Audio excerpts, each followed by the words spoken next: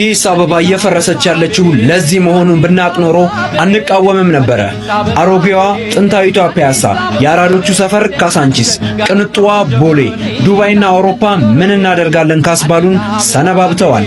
የወንዝ ዳር ፕሮጀክቱም አይነሳ፣ ጣናና ባሮ ሳንሄድ እዚሁ አዲስ አበባ ላይ አሳ ልናጠምድ ነው። ታዲያ በዚች ውብ ከተማ ላይ 50%ቱን በ20 ዓመት እየኖሩ የሚከፍሉትን 50%ቱን ደግሞ በ1 ዓመት ከ6 ወር ከፍለው የሚረከቡትን አፓርትመንት በ15% ቅድመ ክፍያ ብቻ በቦሌ ፍላሚንጎ ይዘን መጥተናል።